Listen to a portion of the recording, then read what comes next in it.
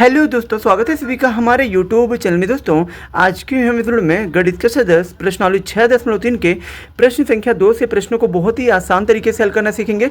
बशर्ते आप सभी वीडियो के अंत तक बने रहें। और दोस्तों प्रश्नों को हल करने से पहले मैं दोस्तों आप सभी को बता देना चाहता हूँ कि मैं प्रश्नावली 6.1 और 6.2 और दोस्तों प्रश्नावली 6.3 जो ये हम पढ़ने जा रहे हैं, इसके दोस्तों प्रश्न संख्या 1 तक की वीडियो मैं ऑलरेडी बना चुका हूँ, जिसे आप मेरे चैनल के प्लेलिस्ट में फुल नोट्स के साथ जाके देख सकते हैं। तो चलिए दोस्तों अब हम स्टार्ट करते हैं। जैसे कि हमारा प्रश्न संख्या 2 दिया है, आकृति 6.35। यही दोस्तों हमारा जो है इस यानी कि प्रश्न संख्या 2 का यही जो फिगर है, ठीक है, आकृति है। कह रहा है कि त्रिभुज ओडीसी, ये हमारा त्रिभुज है ओडीसी, ये वाला त्रिभुज, ठीक है। बोला है ओडीसी समरूप है त्रिभुज ओबीए, यानी कि ओबीए यानी कि ये दोनों त्रिभुज क्या है, समरूप है। तो कह रहा है और कोड BOC बराबर दिया है, यानी कि BOC का मतलब जानते हैं दोस्तों क्या है, ये BOC ये वाला कोड हमारा दे दिया है, ये इतना 125 बोला है, ठीक है। और कोड CDO दिया है, CDO दिया है 70 अंश दिया है, ठीक है। तो दोस्तों बोला है कि कोड DOC यानी कि DOC यानी कि ये वाला कोड हमें निकालना है। उसके बाद कोड DCO यानी कि ये वाला कोड चाहिए हमें, यानी कि ये दोनों कोड निकालना है। और बोला है OAB यानी कि ये वाला कोड हमें ज्ञात करना है, ठीक है। तो चलिए दोस्तों इन कोडों को हम लोग जब कैसे ज्ञात करेंगे, आइए हम इसको हम हल करते हैं। तो दोस्तों जैसा कि हमारा 2 कोड दिया है प्रश्न में, ठीक है। BOC का मान दिया है, ये BOC ये वाला कोड 125 अंश, और दोस्तों CDO का मतलब है ये वाला कोड 70 अंश दिया है, ठीक है। पहले दोस्तों हम लोग यहाँ से किस कोड को आसानी से निकाल सकते हैं, तो दोस्तों यहाँ देखिए हम लोग जो है ना DOC जो ये हमें पूछा ना पहला वाला DOC ये वाला कोड हम लोग जो आसानी से निकाल सकते हैं। कैसे, तो दोस्तों यहाँ देखिए आप सभी जानते हैं कि ये जो आपका BOD है, ये वाला जो लाइन है BOD, ये दोस्तों आपका क्या है, BOD एक सरल रेखा है, एक सरल रेखा है। और दोस्तों आप सभी जानते हैं कि BOD जब एक सरल रेखा है तो दोस्तों किसी भी सरल रेखा पर, यानी कि दोस्तों किसी भी रेखा पर जो कुल कोण का योग होता है, यानी दोस्तों टोटल एंगल कितना होता है 180। यानी दोस्तों इसका कहने का मतलब ये है कि BOD जब एक सरल रेखा है तो BOD पे कितना कोण बन रहा है, एक कोण ये बन रहा है और एक कोण ये बन रहा है। तो इस वाले कोण का क्या नाम है, इसका नाम है BOC, यानी कोण BOC और प्लस ये वाला कोण, इसको हम नाम देंगे DOC, यानी कोण DOC। दोनों को मिला के, इन दोनों को मिला के दोस्तों टोटल कितना अंश होता है, 180 अंश होता है। क्योंकि दोस्तों किसी भी रेखा पर कुल कोण का मान 180 अंश होता है। और दोस्तों BOC का मान हमें पता है कितना 125 है, ये दोस्तों हमें नहीं पता है, इसको हमें जो है ज्ञात करना है, ठीक है। हमें चाहिए DOC का मान, तो कोण DOC बराबर यहाँ पे 180 है, ये प्लस को भेजिए इधर क्या हो जाएगा -125। अब दोस्तों 180 में से 125 जाएगा तो ये आपका कितना आ जाएगा, ये आपका आ जाएगा 55 अंश। यानी कि दोस्तों DOC जो हमारा यहाँ पे पहला कोड पूछा है, देखिए यहाँ पे DOC उसका मान दोस्तों हो जाएगा 55 अंश, ठीक है। अब दोस्तों हमें क्या ज्ञात करना है, हमें दोस्तों ज्ञात करना है DCO, यानी कि DCO ये वाला कोड हमें ज्ञात करना है। तो दोस्तों ये वाला कोड हम लोग जो आसानी से ज्ञात कर सकते हैं, क्योंकि दोस्तों जब हमें DOC यानी दोस्तों इसका मान मिल गया 55, तो दोस्तों हम लोग जो क्या करेंगे, त्रिभुज DOC को लेकर चलेंगे। यानी कि यहाँ पे आपको लिखना है, यहाँ त्रिभुज DOC से DOC ये दोस्तों आपका एक जो त्रिभुज है। और दोस्तों किसी भी त्रिभुज में तीनों कोड का मान कितना होता है, 180 अंश होता है। तो त्रिभुज DOC से आपका क्या होगा, ये वाला जो कोड है ना 70 अंश, यानी कि CDO और प्लस कोड ये वाला आपका DCO और प्लस ये वाला कोड, इसको नाम देंगे DCO, यानी कि कोड DCO हो गया। इसको DOC है, ये वाला आपका DOC है, ये वाला कोड, ठीक है, DOC। तीनों का दोस्तों योग कितना होगा, तो आप सभी जानते हैं कि तीनों का योग होगा 180 अंश होगा। यहाँ दोस्तों CDO का मान दिया हमें प्रश्न में, CDO का मान 70 दिया, 70 रखिए, प्लस DOC का मान कितना, DOC का मान 55 है तो यहाँ पे 55 रखिए, और प्लस DCO का मान हमें जो ज्ञात करना है 180 अंश हो गया। यहाँ दोस्तों DCO का मान ज्ञात करने के लिए मतलब ज्ञात करने के लिए आप क्या करोगे, 180 में से घटाओगे आप इन दोनों को जोड़कर, तो 70 और दोस्तों 55 को जोड़ेंगे 125, और दोस्तों 125 का जो आप यहाँ पे भेजोगे प्लस जाएगा इधर तो क्या हो जाएगा -125, यानी कि दोस्तों इसका मान आपका आ जाएगा 55 अंश आ जाएगा। यानी कि DCO का मान यहाँ पे, कोड DCO का मान यहाँ पे आ गया 55, ये भी आपका 55 आया है। दोस्तों यहाँ पे 3 कोड पूछा है DOC, तो मान लीजिए DOC का मान तो यहाँ पे आ ही गया, DOC का मान 55। एक कोड पूछा था DCO, तो यहाँ पे DCO का मान भी 55 आ गया। अब पूछा है OAB का मान, यानी कि कोड OAB, यानी कि ये वाला कोड पूछा है OAB ये वाला कोड। तो आप सभी जानते हैं कि अब जो आपका ये वाला कोड है ना, ये वाला इसका इसका जो नाम क्या है, DCO, यानी कोड DCO, ये दोस्तों आपका बराबर होगा, ये वाला कोड दोस्तों इसके जो बराबर होगा। क्यों होगा? क्योंकि दोस्तों जब किसी भी दो समांतर रेखा, जैसे कि ये दोनों रेखाएं समांतर हैं, ठीक है, जब किसी भी दो समांतर रेखा को जब एक तिरछी रेखा काटती है तो वहाँ पे दोस्तों एक एकांतर कोड जो बनता है वो दोस्तों बराबर होता है। एकांतर कोण का मतलब दोस्तों ये है कि एक कोण अगर दोस्तों आपका दाहिने है, मतलब उस साइड है, तो एक कोण इधर होगा, यानी कि इस साइड होगा। और दोस्तों ये जो ना तिरछे, एकांतर का मतलब होता है तिरछा होता है दोनों, यानी कि दोनों ही कोण दोस्तों एक ही लाइन पे पड़ेंगे, लेकिन दोस्तों दोनों की दिशाएं क्या होंगी, विपरीत होंगी। ये कोण दोस्तों तभी बनता है जब किसी भी दो समांतर रेखा को जब कोई तिरछी रेखा, यानी कि दोस्तों तीसरी रेखा काटती है, तभी बनता है। यानी कि ये वाला कोण इस वाले कोण के बराबर होगा, यानी कि OAB के बराबर होगा, यानी कि DCO बराबर जो होगा वो कोण OAB के बराबर होगा। तो दोस्तों यहाँ पे देखिए DCO का मान कितना आया, 55 अंश। तो यहाँ पे आपका यही जो आपका DCO का मान है, DCO का मान जो 55 अंश आया है, यही दोस्तों आपका कोण OAB का भी मान होगा, यानी कि कोण OAB बराबर ये 55 भेज दीजिए तो हो जाएगा 55, यानी कि ये आपका हो जाएगा 55 अंश। यानी कि यहाँ पे दोस्तों आपको जो है लिख देना है, अतः जो हमसे पूछा था, कोण DOC बराबर कोण DCO बराबर कोण OAB, तीनों का मान दोस्तों सेम आ रहा है, ठीक है, 55 आ रहा है, तो इसलिए हमने यहाँ पे तीनों को बराबर करके इतना लिख दिया है, ठीक है। ये हमारा इस प्रश्न का उत्तर होगा। अब चलिए हम लोग फटाफट प्रश्न संख्या दूसरे को हल करते हैं। अब दोस्तों जो हमारा प्रश्न संख्या तीसरा है वो बोल रहा है समलंब ABCD, ठीक है दोस्तों, एक जो है दोस्तों समलंब है, ठीक है। समलंब दोस्तों आप सभी जानते हैं कि समलंब क्या होता है। समलंब दोस्तों एक जो है ऐसा चतुर्भुज होता है जिसमें दोस्तों कम से कम दो भुजाएं क्या होती हैं, समांतर होती हैं, दो भुजाएं समांतर और दोस्तों आमने सामने होती हैं। जैसे कि मैंने यहाँ पे देखिए बनाया ABCD, ठीक है। यहाँ पे दोस्तों AB जो है CD के समांतर है, ये दोनों आपस में समांतर है, ठीक है। ये दोस्तों हमारा एक समलंब है। अब दोस्तों यहाँ पे बोला इसमें जिसमें AB समांतर DC, तो दोस्तों AB जो है DC के समांतर है, यानी कि ये दोनों आपस में क्या है, समांतर है।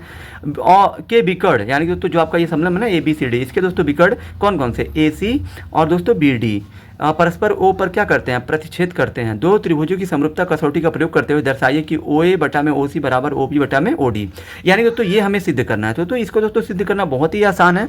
लेकिन दोस्तों जो हमारा ये समलंब है ना, समलंब कह रहा है कि यहाँ पे त्रिभुजों की समरूपता कसौटी का प्रयोग करिए। तो दोस्तों हम लोग जो है त्रिभुजों की समरूपता कसौटी का प्रयोग तभी करेंगे जब वहाँ पे दोस्तों थेल्स प्रमेय लागू होगा। तो दोस्तों ये बताइए ABCD में क्या थेल्स प्रमेय लागू होगा? तो दोस्तों ये नहीं होगा। इसलिए दोस्तों मैंने क्या किया है, मैंने यहाँ पे जो हमारा विकर्णों का जो प्रतिच्छेदी बिंदु O है, O से मैंने AD पर, ठीक है, OE एक जो है रेखा खींचा है, ताकि दोस्तों हमारा जो है हल करने का एक माध्यम बने।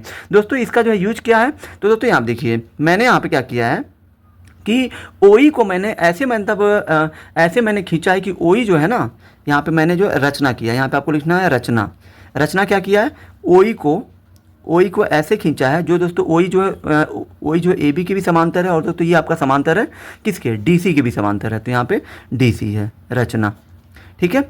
अब दोस्तों यहाँ देखिए, यहाँ दोस्तों मैं क्या करूँगा, मैं यहाँ पे त्रिभुज ABD को लेकर चलूँगा। त्रिभुज ABD में ABD ये वाला त्रिभुज ABD, ठीक है। ABD में दोस्तों आपको जो क्या दिख रहा है, जो ये OE है ना, OE ये दोस्तों आपका समांतर है किसके, AB के, तो यहाँ पे आपका हो जाएगा AB, ठीक है। OE AB के समांतर हो गया। तो जब दोस्तों OE जब AB के समांतर है, तो दोस्तों त्रिभुज के थेल्स प्रमेय के अनुसार दोस्तों क्या होता है, थेल्स ने क्या कहा था, थेल्स ने ये कहा था, अगर जो किसी भी त्रिभुज में त्रिभुज की एक भुजा के समांतर में अगर आप कोई भुजा खींचते हो, तो वो भुजा यानी दोस्तों OE जो होगा ना, वो दोस्तों त्रिभुज की अन्य दो भुजाओं का मतलब है कि AD और दोस्तों BD को समान अनुपात में बांटेगा, यानी कि इसका अनुपात इन दोनों के अनुपात के बराबर होगा। यानी दोस्तों हम लोग जो कह सकते हैं कि AE बटा में ED ये दोस्तों आपका बराबर होगा किसके, OB, यहाँ पे आपको लिखना है OB बटा में OD के बराबर होगा, यहाँ पे हो जाएगा OD।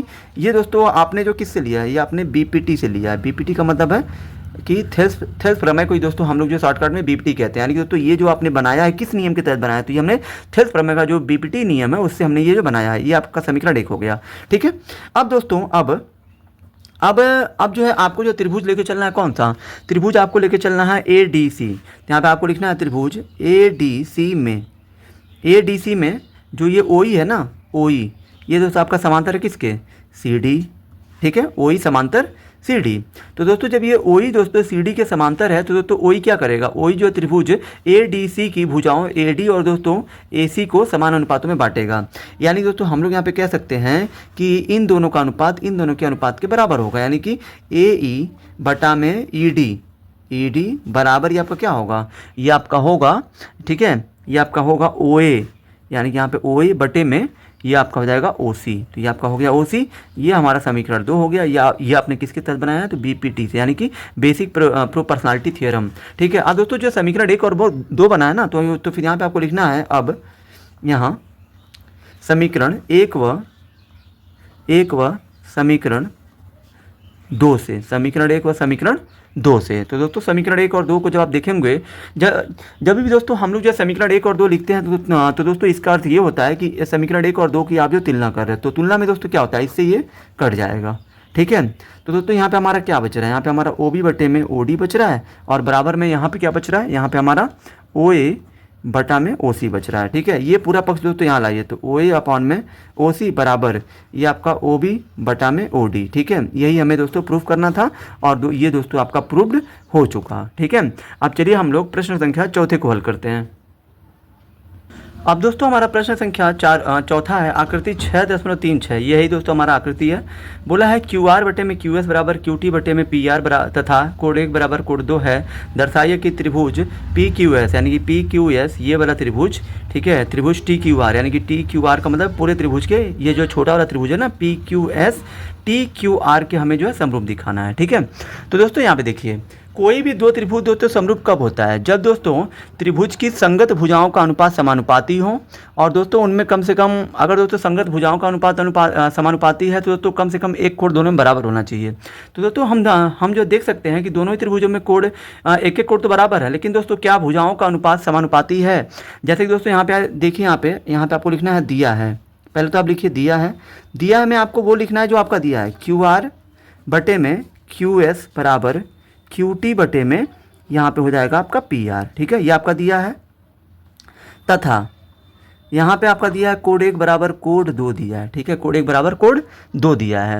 अब दोस्तों यहाँ पे अगर हम यहाँ त्रिभुज पी क्यू आर को लेके चलें, त्रिभुज पी क्यू आर से, दोस्तों यहाँ पे त्रिभुज पी क्यू आर, ठीक है, यहाँ से, ठीक है, यहाँ तक इन पी क्यू आर में दोस्तों आपको दोस्तों ऐसी क्या चीज़ जो दोस्तों दिख रही है जो दोस्तों बराबर है। तो दोस्तों यहाँ देखिए पी क्यू आर में दोस्तों यहाँ देखिए ये कोड जो 1 है ना, ये कोड 2 के बराबर है, मतलब पी क्यू आर में कोड 1 कोड 2 के बराबर है।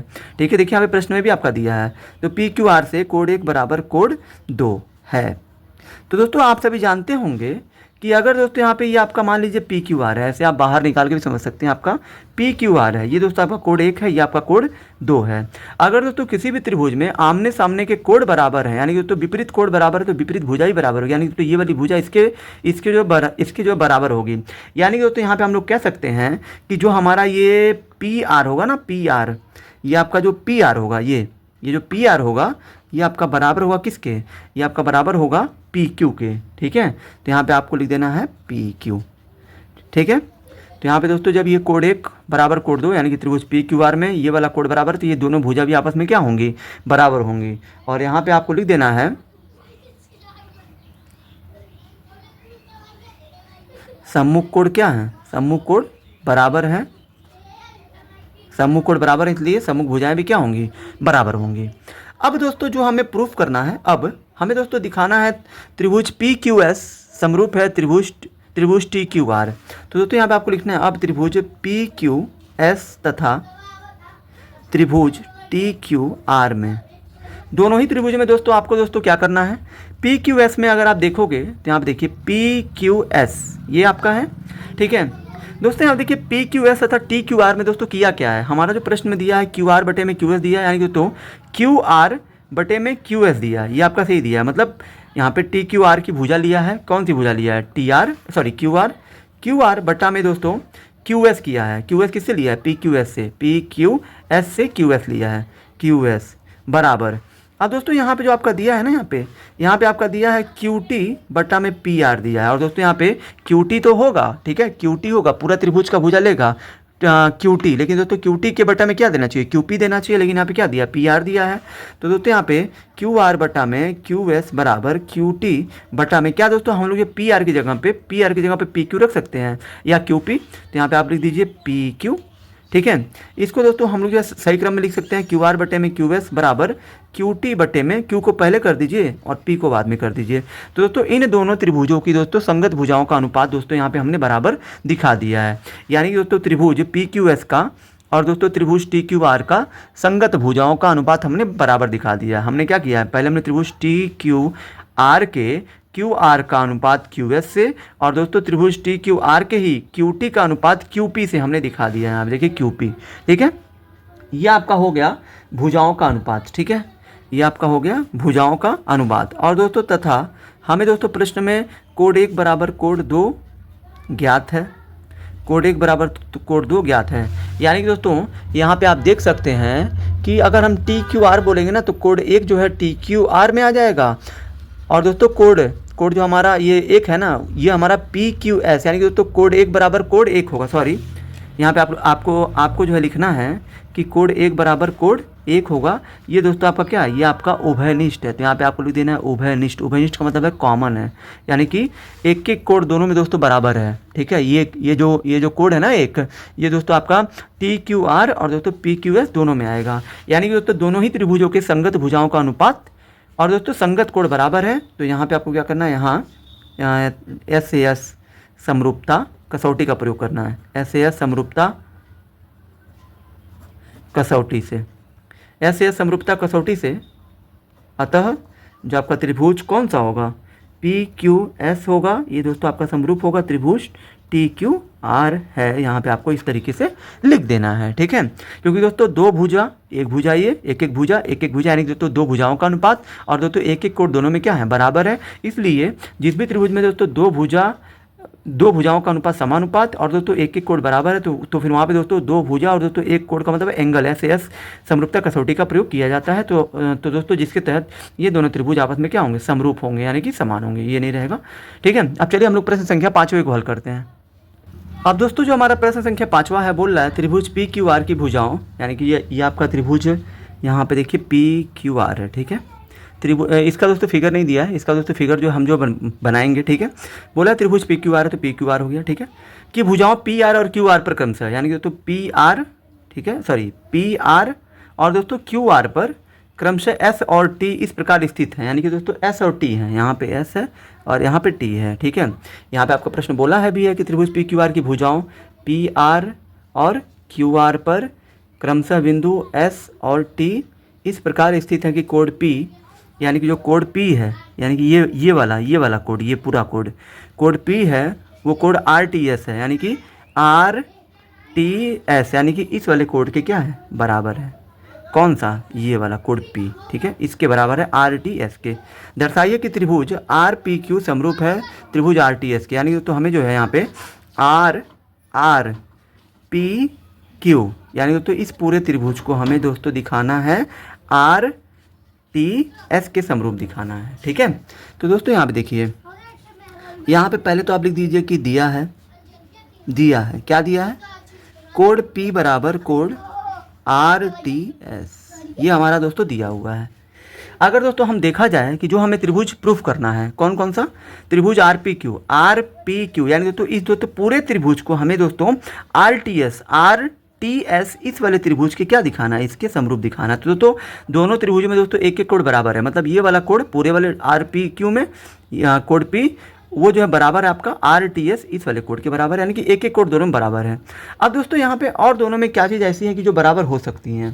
तो दोस्तों यहाँ देखिए, यहाँ पे मैं यहाँ पे लिखूँगा, अब जो त्रिभुज हमें दोस्तों सिद्ध करना है समरूप, उसको मैं यहाँ पे लिखूँगा। अब त्रिभुज आर पी क्यू तथा त्रिभुज आर टी एस में दोनों में दोस्तों आपको क्या दिख रहा है। तो दोस्तों दोनों में आप देख सकते हैं कि इन दोनों ही त्रिभुजों में ये वाला कोड तो बोला ये दोनों बराबर है, तो इस वाले कोड को दोस्तों नाम दे दीजिए अब, ठीक है। तो इसको हम लोग नाम दे देंगे कोड आर पी क्यू, इसका नाम हो गया।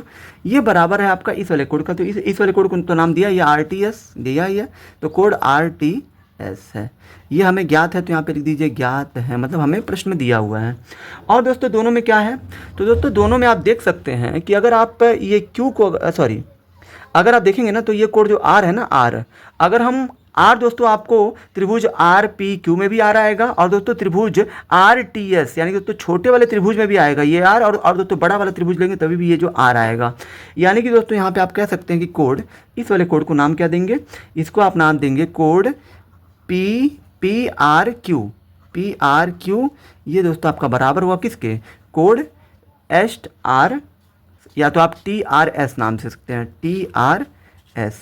ये दोस्तों कोड क्या है, दोनों में आएगा, तो यहाँ पे आपको लिख देना कोष्टक में, ये आपका उभयनिष्ठ है। क्या है, उभयनिष्ठ है, तो यहाँ पे आपको ब्रैकेट में ऐसे करके लिख देना है।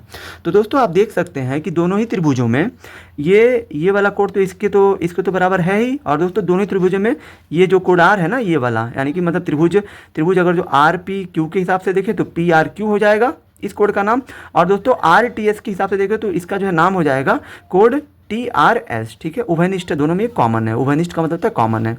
तब दोस्तों यहाँ पे तब यहाँ पे दोस्तों डबल ए समरूपता कसौटी से अतः, तो दोस्तों जब भी किसी भी त्रिभुज में दोस्तों दो कोड अगर दोस्तों आपस में बराबर है तो दोस्तों वो दोनों त्रिभुज दोस्तों डबल है, यानी कि दोस्तों कोड समरूपता कसौटी से दोनों त्रिभुज समरूप सिद्ध हो जाते हैं। तो यहाँ पे लिख देना आपको त्रिभुज आर पी क्यू, ये आपका समरूप है त्रिभुज आर टी एस, यही हमें प्रूफ करना था, तो यहाँ पे आपका ये प्रूव्ड हो गया। ठीक है, इसे हमने प्रूव किया। अब चलिए हम लोग प्रश्न संख्या 6वें को हल करते हैं।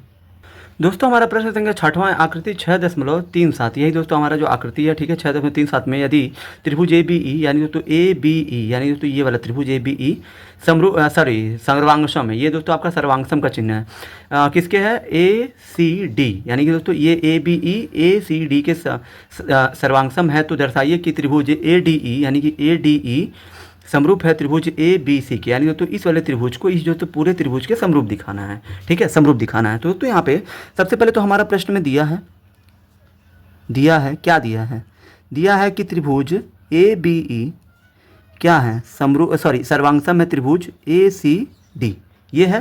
तो दोस्तों आप सभी जानते होंगे कि जब कोई भी दो त्रिभुज आपस में सर्वांगसम होते हैं, ये दोस्तों आपका सर्वांगसम का मतलब दोस्तों ये होता है सभी रूपों से, मतलब सभी तरह से समान हो। यानी दोस्तों अगर ये वाला त्रिभुज इसके दोस्तों सर्वांगसम है तो दोस्तों इसका मतलब ये है कि इसकी संगत भुजाएं इसकी जो दोस्तों संगत भुजाएं के समान होंगी, और दोस्तों इसके संगत कोण के बराबर होंगे। तो दोस्तों जब ये दोनों त्रिभुज दोस्तों सर्वांगसम है तो चूंकि दोस्तों इनके संगत कोण क्या होंगे, बराबर होंगे। ठीक है, बराबर होंगे, तो अर्थात इसका मतलब दोस्तों ये हो गया कि अगर ये त्रिभुज A B E A C D के सर्वांगसम है, तो यहाँ दोस्तों ए बी जो होगा ना, ए बी ये दोस्तों आपका बराबर होगा किसके, ए सी के। जब दोस्तों ए बी जो है ए सी के बराबर है तो ए बी जो ये ए है ना, ए ये दोस्तों आपका बराबर होगा किसके, ए बराबर होगा ए डी के, तो यहाँ पे आपको देना है ए डी। ठीक है, ये इतना दोस्तों हो जाएगा।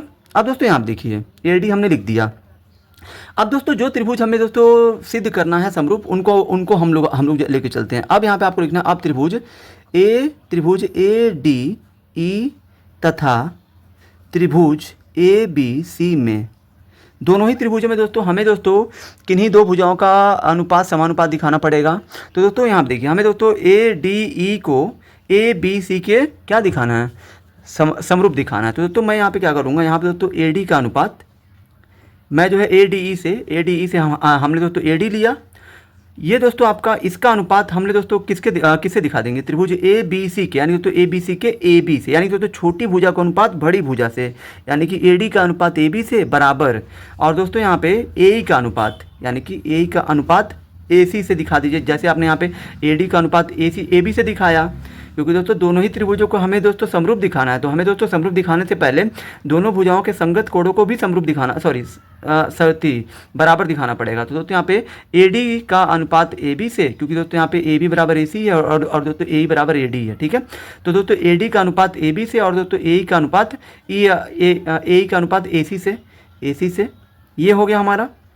अब दोस्तों तथा इन दोनों में दोस्तों त्रिभुज ए डी ई और दोस्तों ए बी सी में दोनों में दोस्तों और क्या चीज़ कॉमन है तो यहाँ पे दोस्तों कोड ए दोस्तों दोनों में आएगा, ये वाला कोड। तो दोस्तों यहाँ पे हम लोग लिख देंगे कोड ए बराबर कोड ए। ये दोस्तों क्या है, ये आपका उभयनिष्ठ है। तो यहाँ पे आपको लिख देना उभयनिष्ठ है। तो दोस्तों यहाँ पे आप देख सकते हैं कि दोनों त्रिभुजों में दो भुजा और दोस्तों एक कोण क्या है, दोनों में समान है। तो यहाँ पे आपको लिख देना है यहाँ यस ए एस समरूपता कसौटी से, यस ए एस समरूपता कसौटी से। अतः त्रिभुज ये वाला त्रिभुज ए डी ई क्या है, समरूप है त्रिभुज ए बी सी। यही दोस्तों हमें जो प्रूफ करना था और दोस्तों ये हमारा प्रूव्ड हो चुका है। ठीक है, आई होप कि दोस्तों आप सभी को ये वीडियो बहुत ही ज़्यादा पसंद आई होगी। अगर आप हमारे चैनल पर नए हैं तो हमारे चैनल को लाइक सब्सक्राइब और शेयर जरूर करें।